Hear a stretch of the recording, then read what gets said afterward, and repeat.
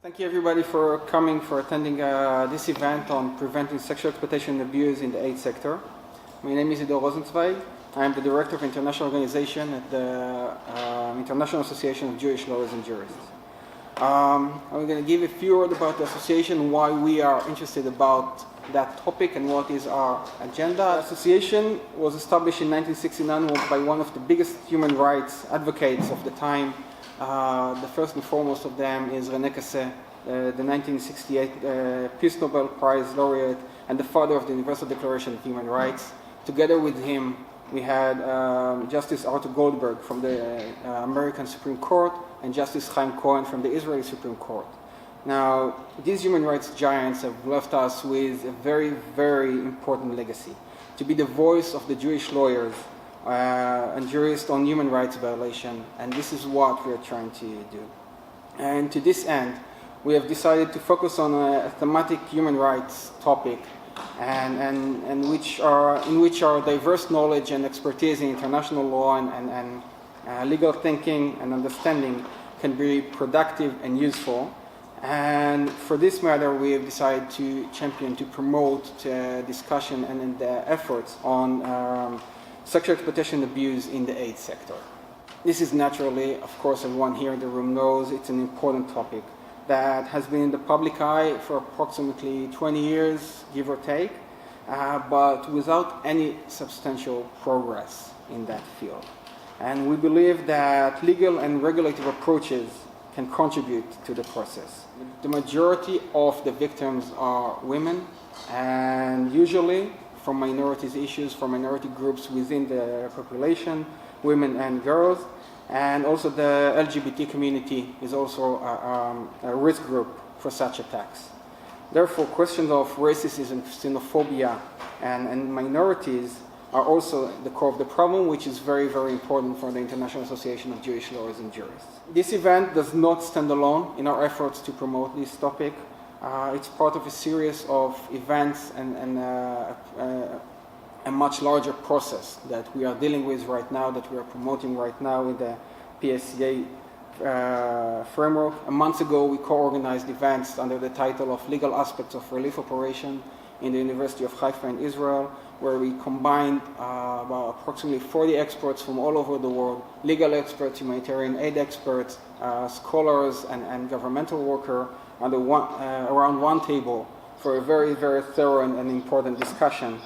And after that event, we also plan to do an event towards the end of the year in New York, and we also plan to publish a policy paper in the PSEA in the aid sector on that topic. If you go a bit more into the framework of an actual topic, we can see that there are a lot of different types. There are various types of relief operations and aid operation organizations. We have the UN operations, we have Red Cross missions and NGOs. Each organization has its own agenda. Each organization has its own resources, expertise, protocols, policy, and then they are not the same. They are very different from each other, and there is not much understanding of how things should work, especially in the field of preventing sexual exploitation and abuse. Now, there is that voice, there is that approach that says that when time is pressing and people are starving, then we cannot put emphasis on the process. Food, health, and shelter come first at any cost, and only after that, law and order and other so-called privileges should be considered. Now, I subscribe to the first part. Enabling is a key factor, but not at any cost. Not at any cost, not without aiming for the protection of those who are vulnerable. Using regulative regime as a solution can be easy, but also very, very dangerous.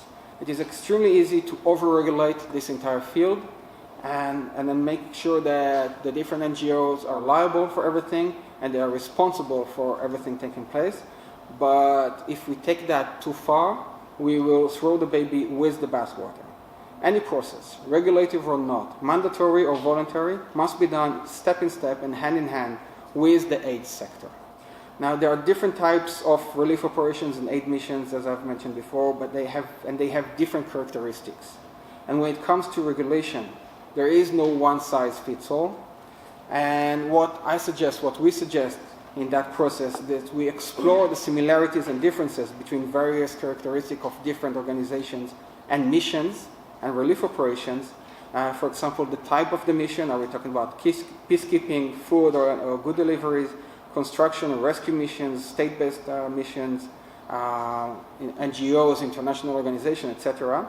We have the duration of the missions. Some missions are for the long run, and some of them are ad hoc missions for a very short period of time. The type of extreme conditions we are dealing with, are we talking about an armed conflict, natural disasters? Sometimes they are actually combined. And the level of interaction with the local population. Some of the organizations are actually hiring local population. Some of them are very, very isolated from the local population. The approach that I would like to lay here is that once we identify the characteristics, we can start thinking about relevant models of regulations that might be relevant in accordance. This will actually help us to identify good practices and adopt them in similar types of organizations where we can actually employ them. Now, lastly, since we are during a Human Rights Council session, we need to raise the point of the applicability of relevant human rights treaties and principles to these situations. Naturally, customary human rights are applicable. But when it comes to non-customary rights, non-customary norms, things are becoming a bit more complicated. Take into account the option to derogate from during extreme conditions, which usually these kind of missions taking place during extreme conditions becomes even more complicated. And this is why it is very, very important that we include the legal thinking into the aid sector. And when we do that, we also have to look very, very specifically how to deal with preventing sexual exploitation and abuse in the aid sector, not only from the policy matter, but actually trying to promote it within a much more regulative framework. What I would like to do now is present the panelists, and following that, we'll actually start. So first, I'm going to start with Ms. Anita Naik. Anita Naik is an international development and human rights consultant with 25 years of experience working for a range of organizations on a wide variety of issues. Her specialist areas include advocacy and policy development, rule of law, government, safeguarding, and child protection. She has an advanced education in law and public policy, and she holds a number of senior roles, including as a magistrate in the London Criminal Court, as an investigation panel member for the UK Professional Regulator, and as independent member of the CHS-Alliance Compliant Committee. She is a co-author of the 2002 report on sex for aid in West Africa, produced for UNHCR and Save the Children, and has frequently been called on the wake of recent scandals to contribute to the policy response, including as an advisor to the UK Parliamentary Inquiry on Sexual Exploitation and Abuse, participant in various high-level policy fora, speaker at the Global Safeguarding Conference in October 2018, and at other events, as well as contributor to numerous media broadcasts and press articles. Ms. Tinde. Tina is an advisor on prevention and response to sexual exploitation and abuse at the IFRC. She chaired a task force on PSEA that produced a policy and trains emergency staff on survivor-centered response to sexual and gender-based violence. She served in 2 UN peacekeeping operations, and her background also covers code of conduct training, refugee women's livelihood, fundraising, election monitoring, social media campaigning, grant management, university lecturing, and being the UNHCR spokesperson. And lastly, Dr. Miranda Brown. Dr. Miranda Brown was the chief of the East and South Africa section at the UN Office of the High Commissioner for Human Rights when she reported the sexual abuse of children in the Central African Republic by peacekeepers and the retaliation against Andres Kompas. The one senior official who reported to the law enforcement. She called upon the UN Secretary General and other senior UN officials to end their misguided investigation of Kompas. Subsequently, she was told her contract would not be renewed. When she objected, her post was suddenly transferred from Geneva to Fiji. Despite these reprisals, Dr. Brown testified before the US Senate Foreign Relations Committee, bringing light to the epidemic of sexual abuse in the Central African Republic and the plight of those at the UN who try to combat it. She is a former Australian government official, and she was the Deputy Permanent Representative in the Australian mission to the UN in Geneva. The format for today's event will be a moderated discussion. I will direct questions to one or more of the speakers, and following that, speakers will have a chance to add their comments on the question on the topic. Towards the end, we will have a few questions and comments from the floor, and if time allows us, we'll go back to concluding remarks by the panelists. I would like to extend my gratitude to the permanent missions of Croatia and Israel for their support in this event. Asmita, the first question is for you. It has been almost 20 years since the phenomenon of PSEA in the context of peacekeeping in the aid sector became public. Recently, the Me Too movement and the Aid To movement reinvigorated the attention to the problem.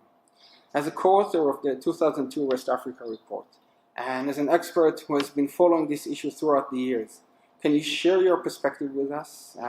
Have we made any real progress on the ground? Do we even head in the right direction, or simply treading water?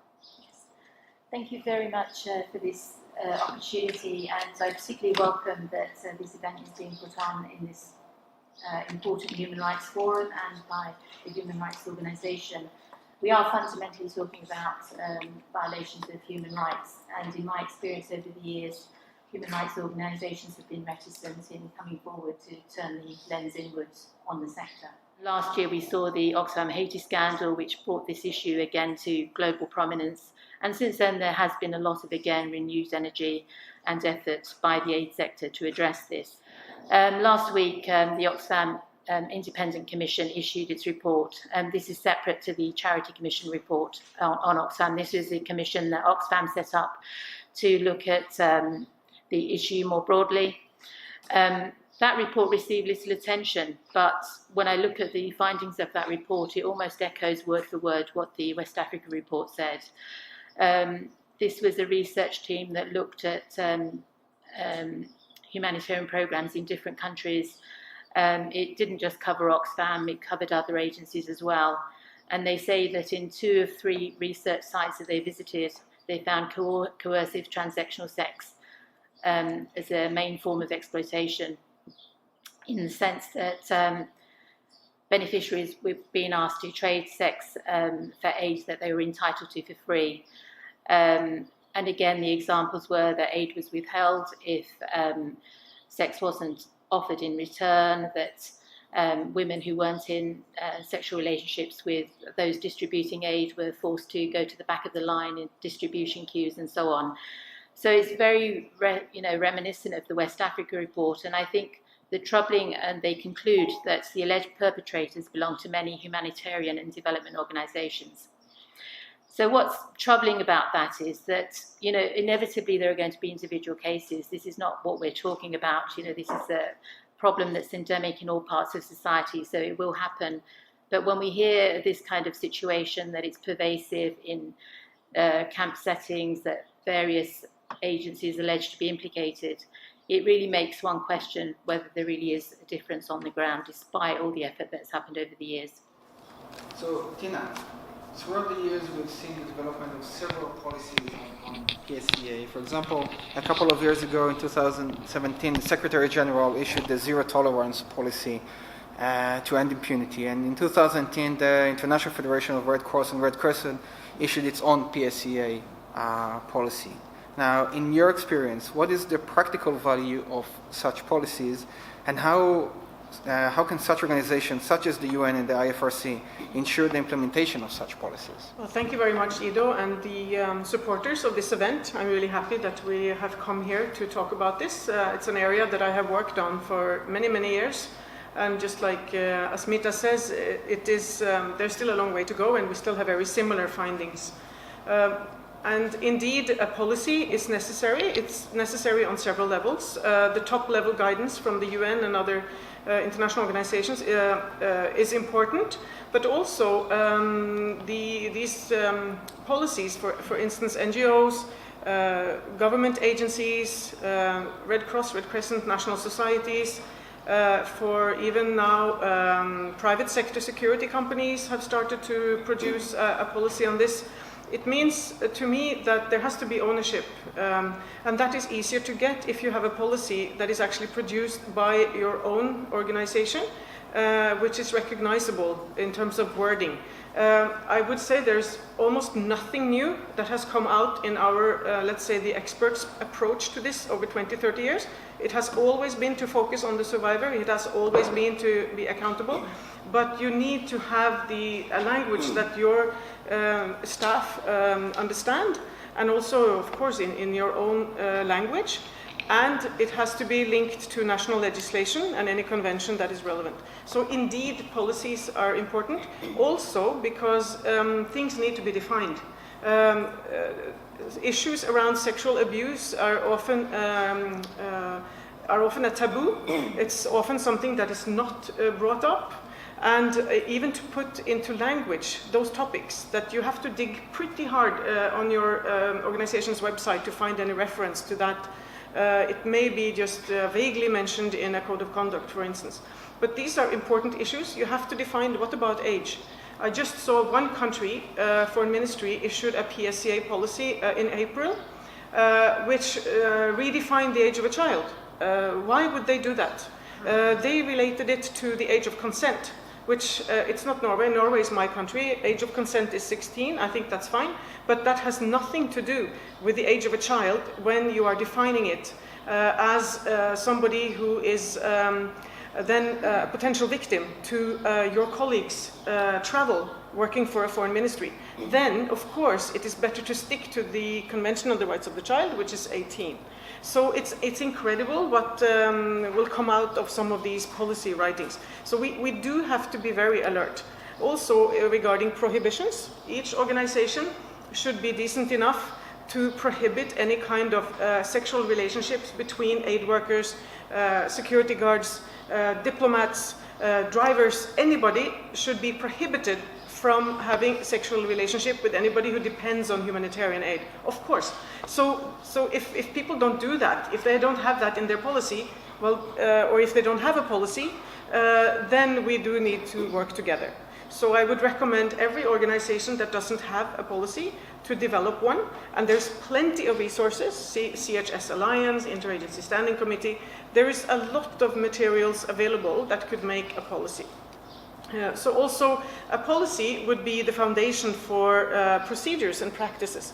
So a text has absolutely no value unless it is people are held accountable and unless there is a budget and a follow-up to do what the policy says. So this is where very often where SCA fails, because we need money to hire people who are experts on gender issues, legal issues, security, if you like, safe reporting mechanisms. We need people to actually implement it. So indeed, one of the first questions I get is that, what is your policy?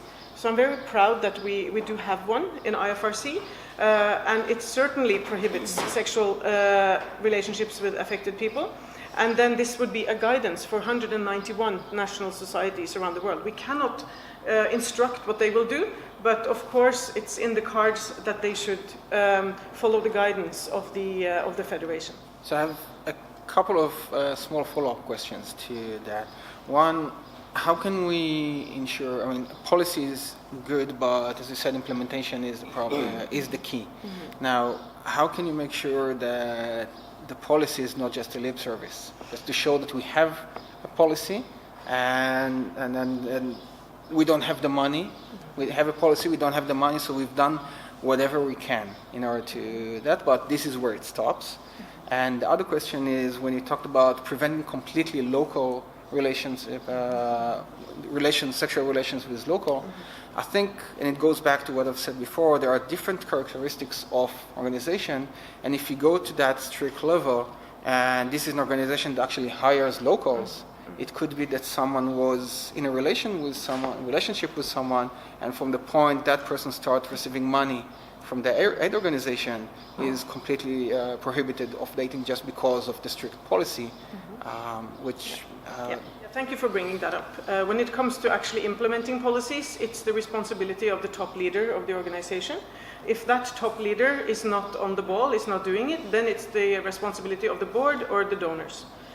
So far, we haven't seen too much follow-up on holding organizations to account on this.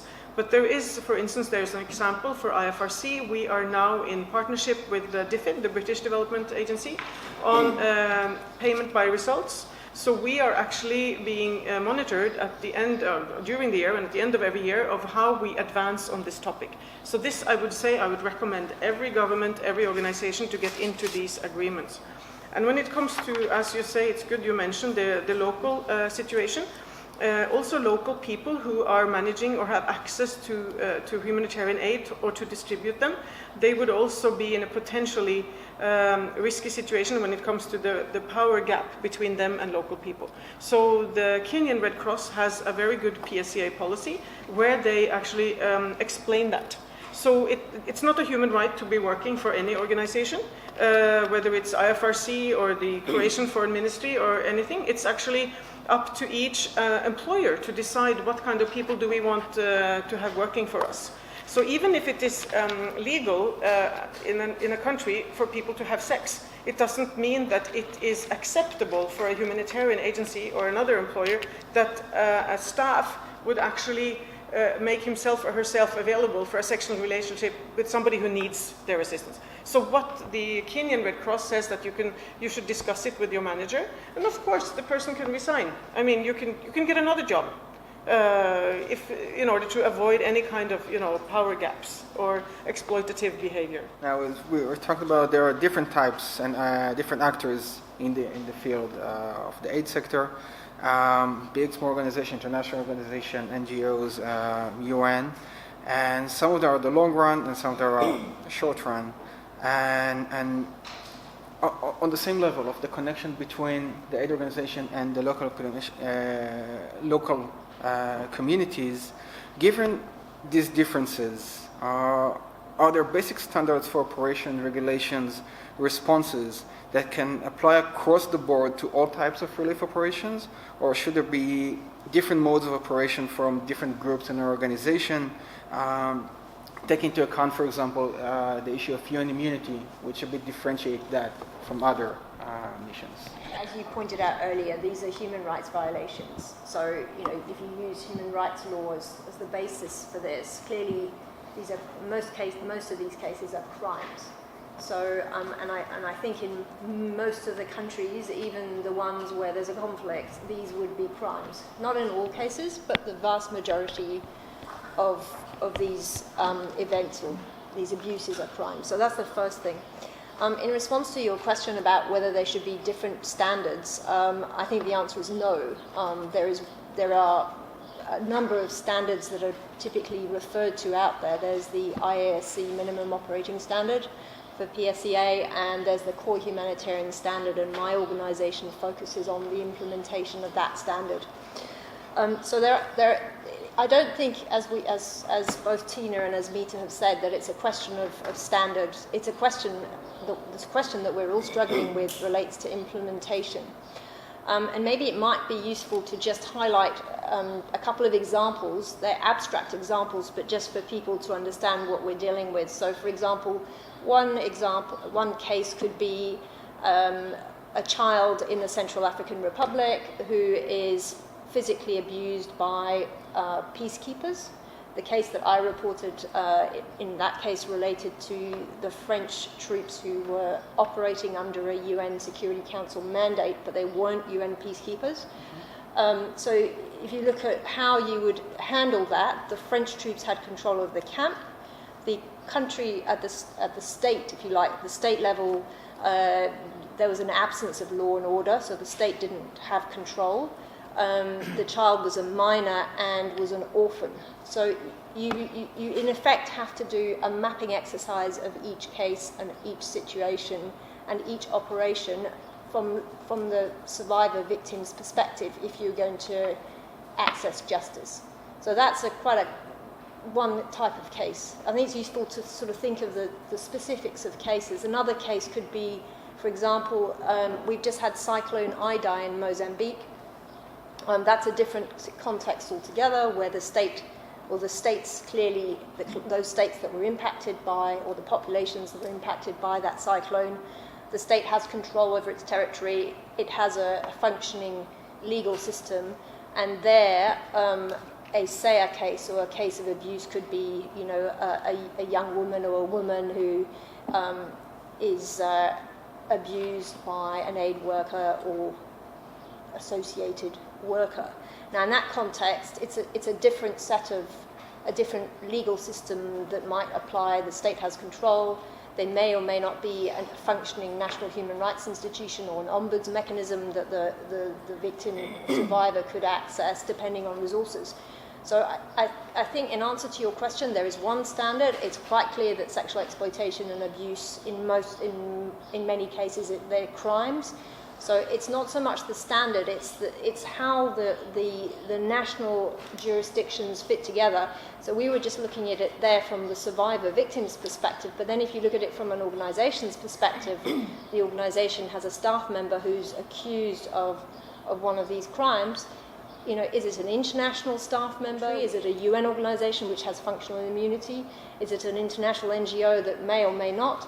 All of those questions need to be taken into account, and I'm extremely pleased that your organisation has engaged on this, because essentially we need more legal minds involved to help in the response. So thanks. It seems that most of the focus when we're talking about PSEA goes to the affected population. However, the Aid2 movement, as well as reports such as the 2017 Farrington International Center policy paper, show that aid workers are also subject to sexual exploitation and abuse from within the aid sector and by the affected population or third parties. Now, should we consider the entire PSEA in the aid sector under one unified framework, or should we differentiate it between sexual exploitation abuse in the workplace, internally within the organization, sexual exploitation abuse by aid workers towards the affected population, and by the affected population towards the aid workers or any third party like peacekeepers towards the organization or something like that, and address each scenario separately? Yeah, and thank you so much, Ido, for asking that important question. I would say yes.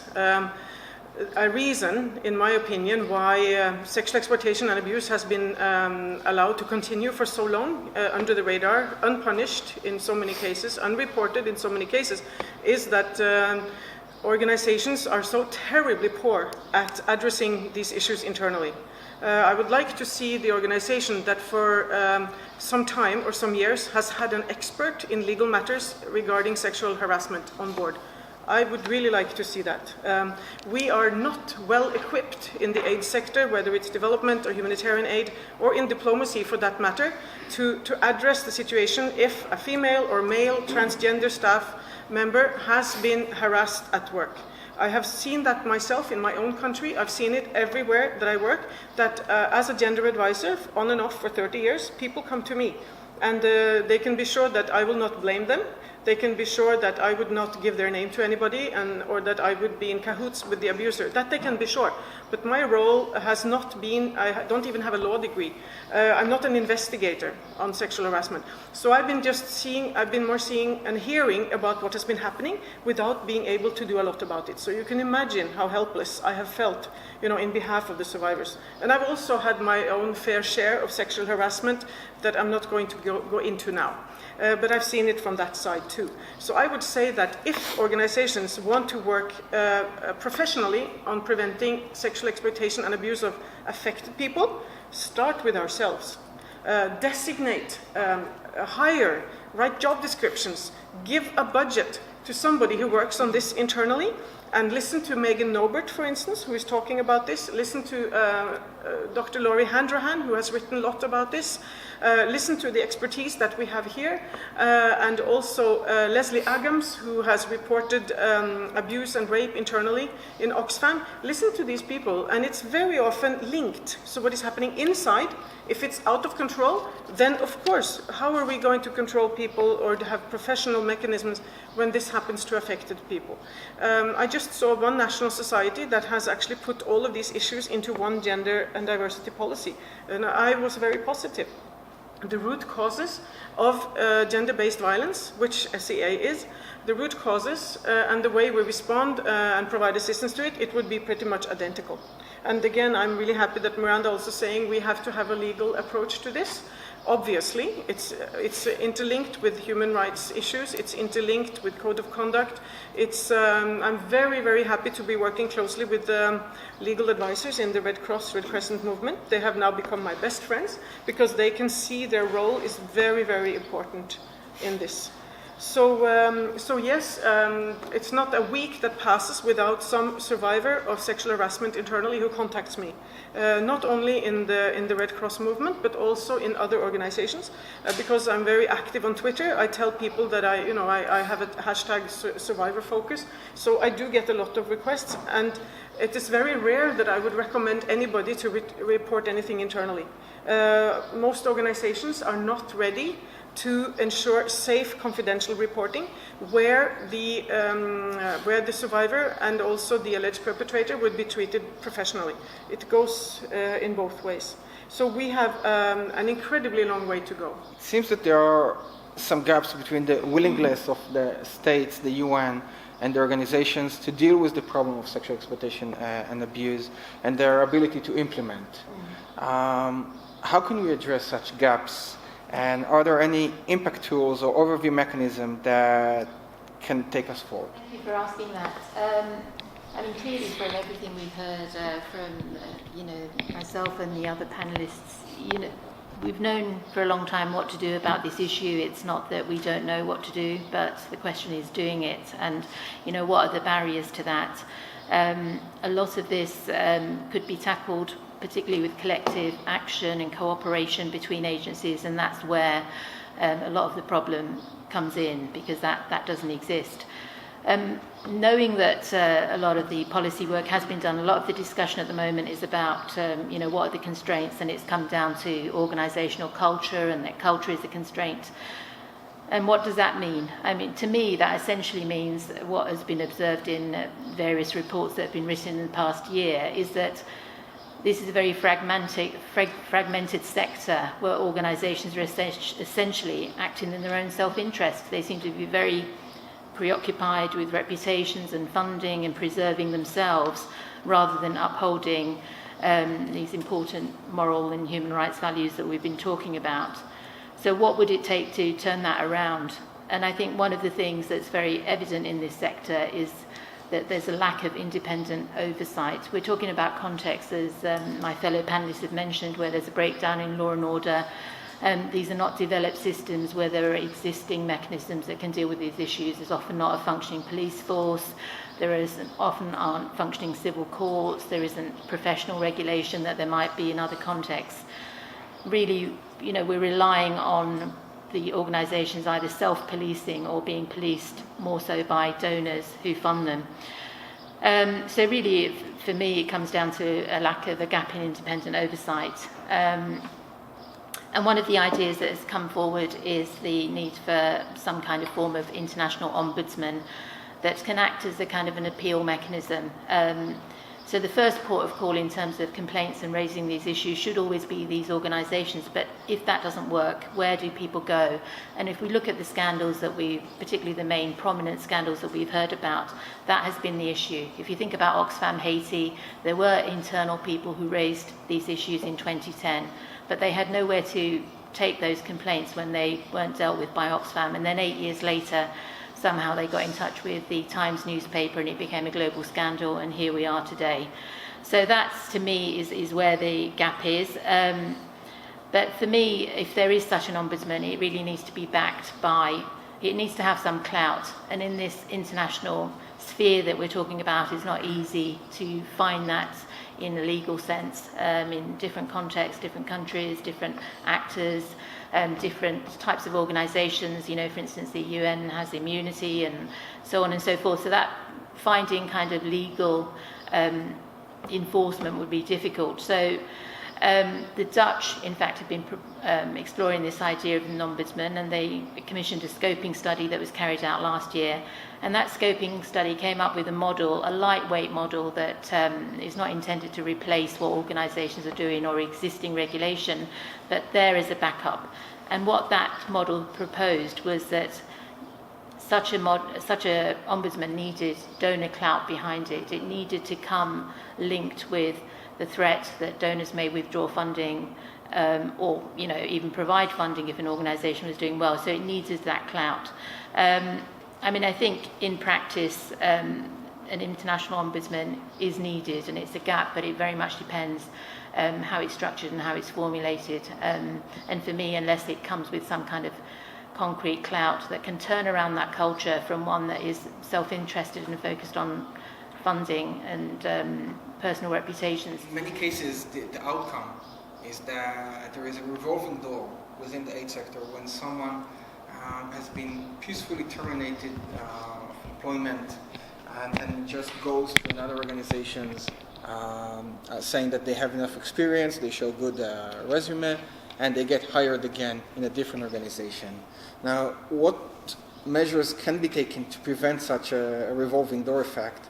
And do you think that there is some needs of some kind of a database of at least convicted offenders or people who have been through disciplinary measures, which is shared between the organizations or within the UN and outside of the UN?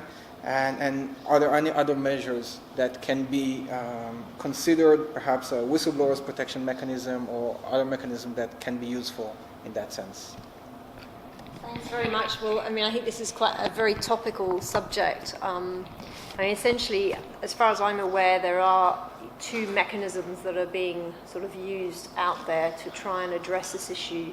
One is the UN's Clear Check, which is an internal system whereby an individual who's been found to have committed sexual misconduct is placed on a database, and so essentially a check is done when they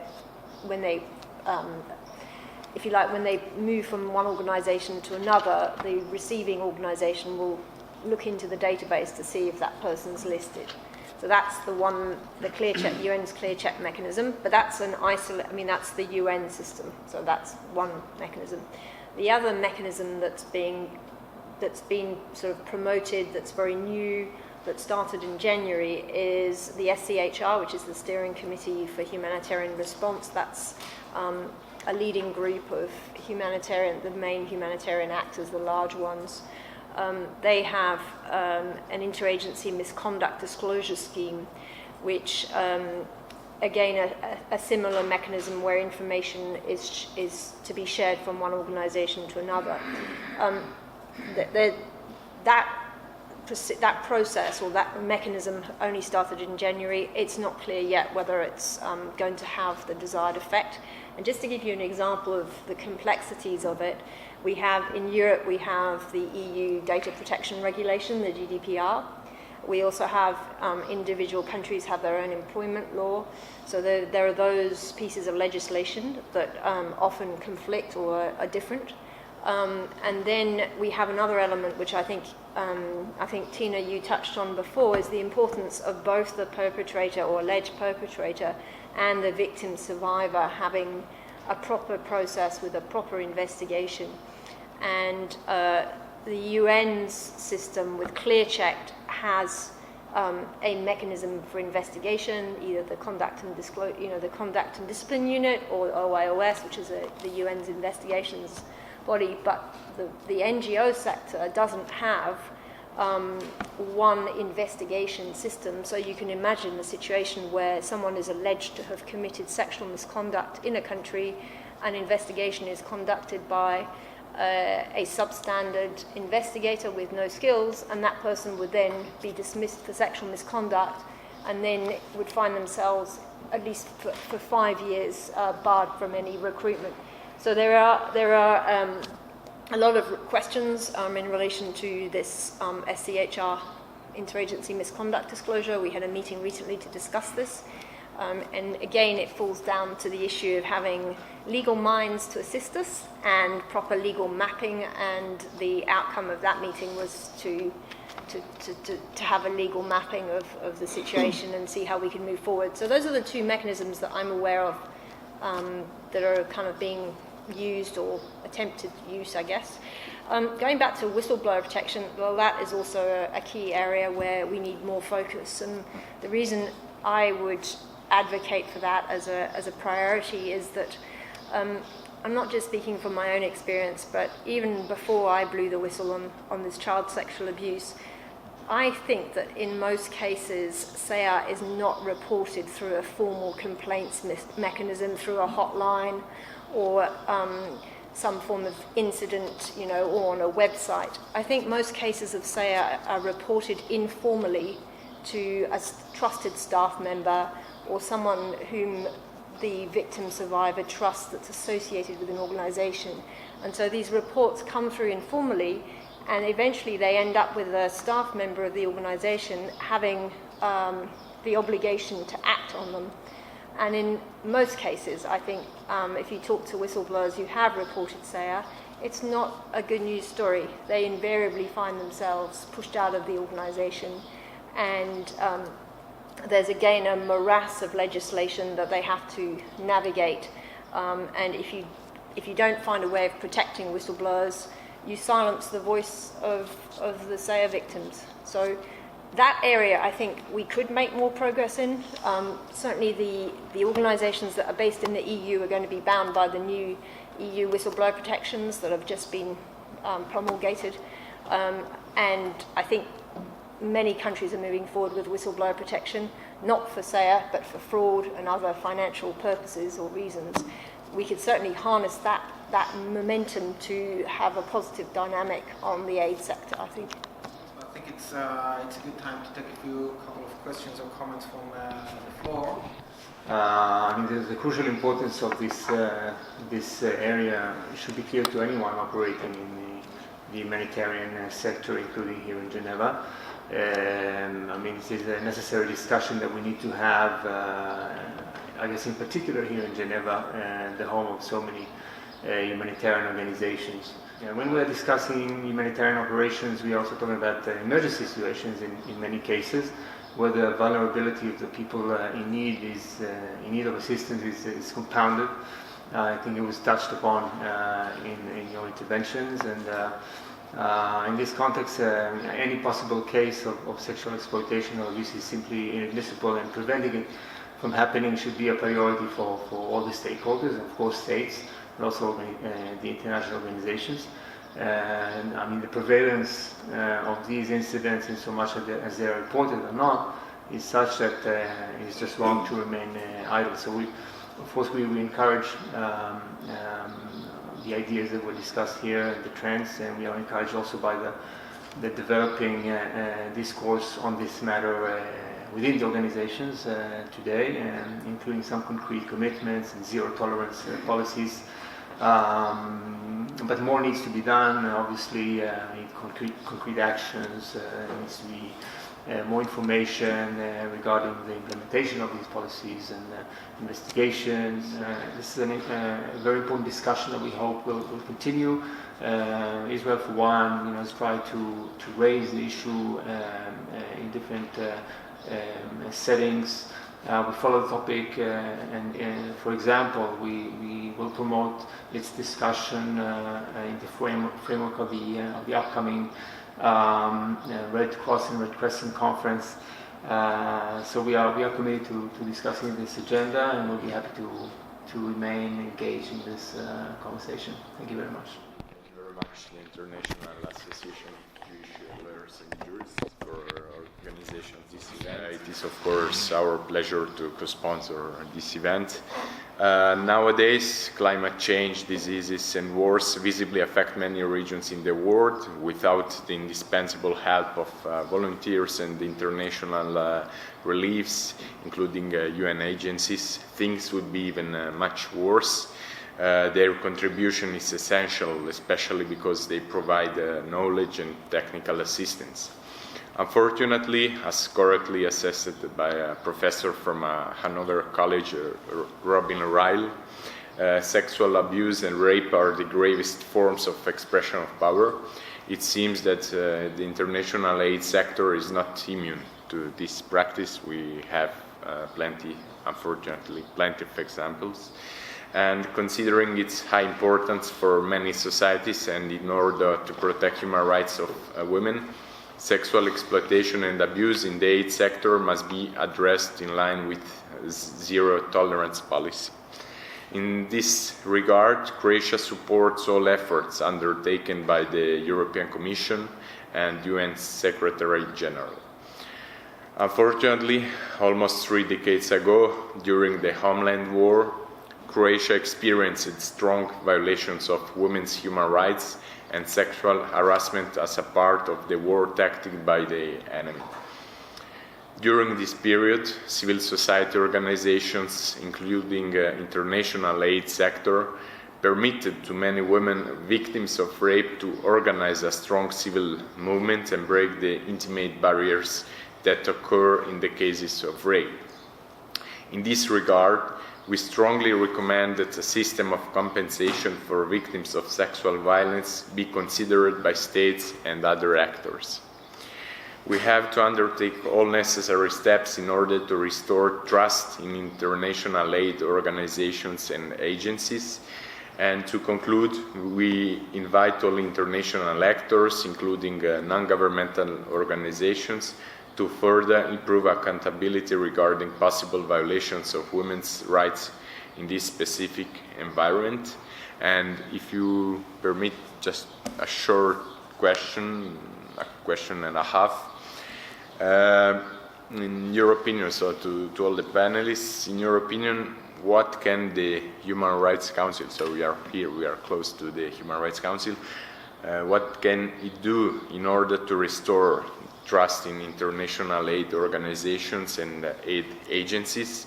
And what is your prediction? I mean, what would be the reaction of international civil societies if we address this question of sexual exploitation and abuse in the aid sector, if we address this question at the Human Rights Council? I thank you. I strongly support what Asmita was saying before, and what we've all talked about, the ombuds mechanism, but one possible step to think about is the idea of having a special procedure that looks at this. I know the council has its detractors, and that's something that we would have to get over, but the thing is, to give you an idea, when I was in OHCHR, we were faced with this sudden, well, it's an ongoing problem, but suddenly these cases of these terrible abuses against persons with albinism were reported to my team. And we looked at it and we thought to ourselves, you know, how are we going to address this? What's the best way of dealing with it? We worked with local NGOs, the lead NGO on persons with albinism, the advocacy group, and with a couple of key member states, and we were able to set up this mechanism, which is now the independent expert on persons with albinism, in kind of record time.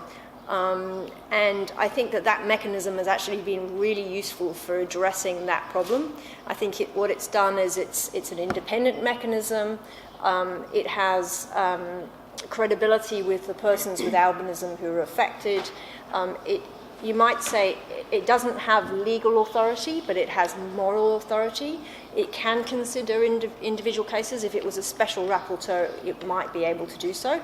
I think you could set something up like that, and I think it could report back to the council on a regular basis with a report.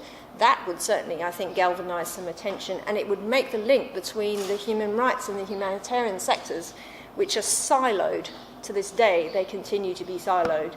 And I think the other point I'd make is there may not be many survivors or victims who would report, but They could be, and there could be country visits. Some survivors might be, or their organisations might be willing to provide information.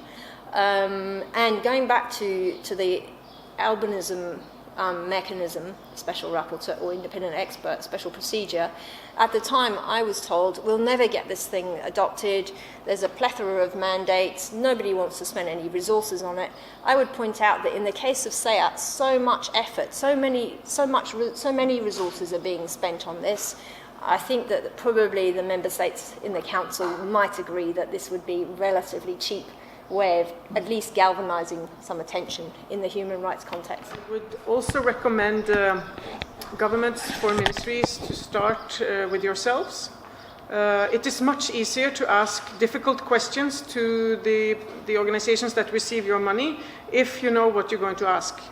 So there is a lack of dedicated expertise in ministries of foreign affairs, in my opinion. It's very, I'm generalizing a lot because there are exceptions. There are some ministries that have people who work there and who've been working with humanitarian agencies before, and etc. But I would say that dedicated expertise on sexual harassment, sexual exploitation and abuse would be needed inside your own offices, at the missions, for instance.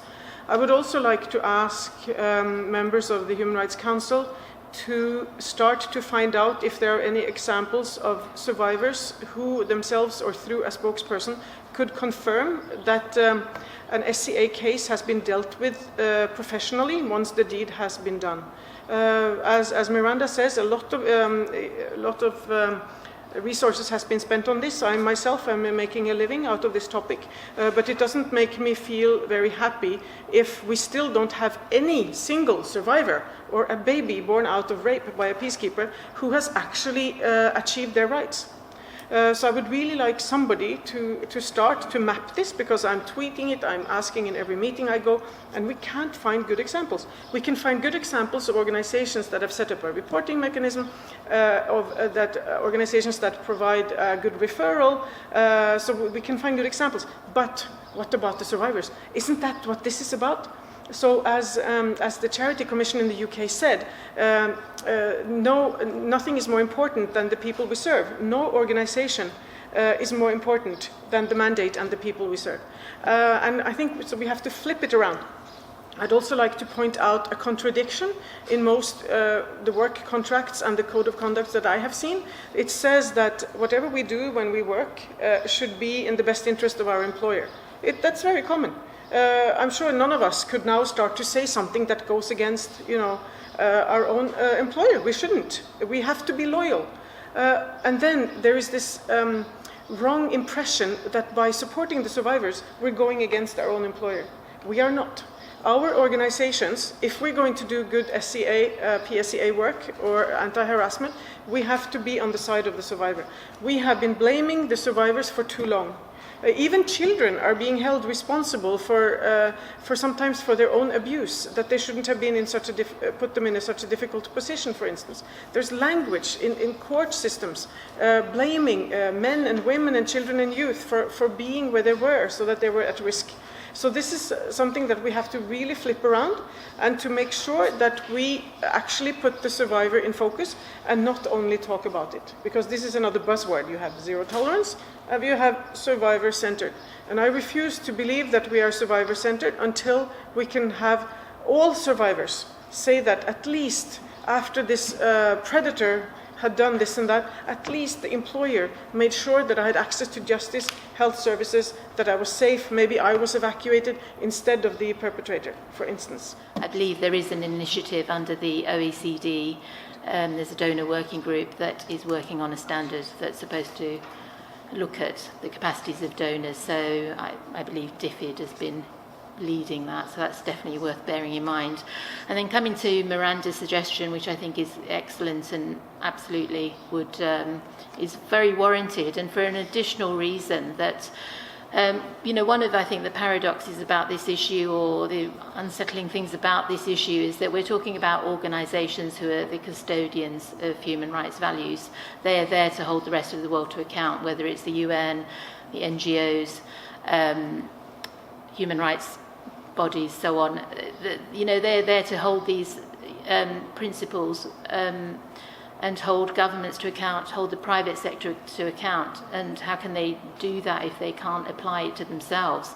So for that additional reason, I believe having a special procedure that turns the lens inwards into these agencies would be a very important step forward. We're just about to finish, but before we do, I do want us to go with a feeling of an essence. And that's why my last question is open for the entire panel. And shortly and briefly, what should be the practical and realistic goal for PSEA in the aid sector in 2020? I would suggest absolutely essential for every organisation to have an effective, safe, confidential and functioning complaints mechanism. And to this day, even that essential element is missing. People need to be heard, and there are people at different levels. As Miranda pointed out, it may be staff who has picked up a concern, it may be the victim or survivor themselves, it may be a witness, maybe a community member. There may be many different people who have a concern to raise, and at the moment we just don't have any even first tier mechanisms or adequate functioning tier mechanisms to deal with that. And that comes back to the point I started off with in terms of the finding of the Independent Commission report last week that shows that it's still a crucial gap at working level. And the other, and to me that is achievable in a realistic time frame, but organisations need to get on with it. The second thing that I think organisations can do, and it would make a big difference in terms of changing the culture, is that and again relates to raising concerns, is that organisations need to start celebrating and applauding people who raise concerns. That, to this day there is still, as Miranda has pointed out, too much marginalisation, ostracisation of people who talk about this issue at different levels. In the past year I have seen commentators, journalists, all sorts of people who have spoken out about these issues receiving legal threats of defamation, not to mention the kind of cases that Miranda has talked about.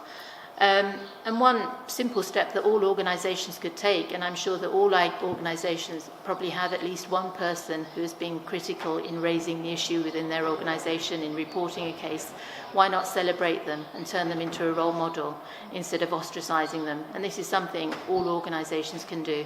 Right, I'm not sure I can add much to what Asmita has said. I think that is a really good list of achievables next year, and I think I'll be provocative and add to the list a special procedure of the Human Rights Council, an independent expert or a special rapporteur. I believe that could be set up in a year. If we can do it for persons with albinism, I don't see why we couldn't do it for this. So fully support the suggestions already said. Since we have to acknowledge that in most cases sexual exploitation and abuse is a crime, and I think we don't have to be a lawyer to understand that there's no crime if there's no evidence. Of course, organizations can definitely investigate and fire somebody without going through any kind of police court system. So we realize that. But this is a big issue. It's not only about aid workers or peacekeepers abusing local people. It is also about gender-based violence in general in this world. So what I'm trying to do is to use the SEA attention to this topic to raise the awareness about how important it is for survivors to have access to health services and to proper collection of evidence and storing of evidence that will hold up in court. So I want to stress a pilot project by Doctors of the World and the University of Geneva, and they have a pilot in Benin, Haiti and Cameroon, where they have actually been able to work with the Ministry of Health, Ministry of Justice, to make sure that survivors of gender-based violence, who could include victims of our own organizations, staff, that they get access to a certified evidence that they can choose themselves when to present to law enforcement, when to press charges. And this is, to me, it's music to my ears, because there are so many survivors of gender-based violence who will absolutely not be able to get anywhere with their case even if they went straight to the hospital, because the people at the hospital may not be trained or have the equipment to take evidence that could hold up in court. So this is something that has to happen, and I'd like all of us to think that we have to ensure the standards of this work as if it happened to us or one of our children or nieces or nephews or our mother or our father. So try to heighten the standard of how we look at this, even if it happens in a disaster zone.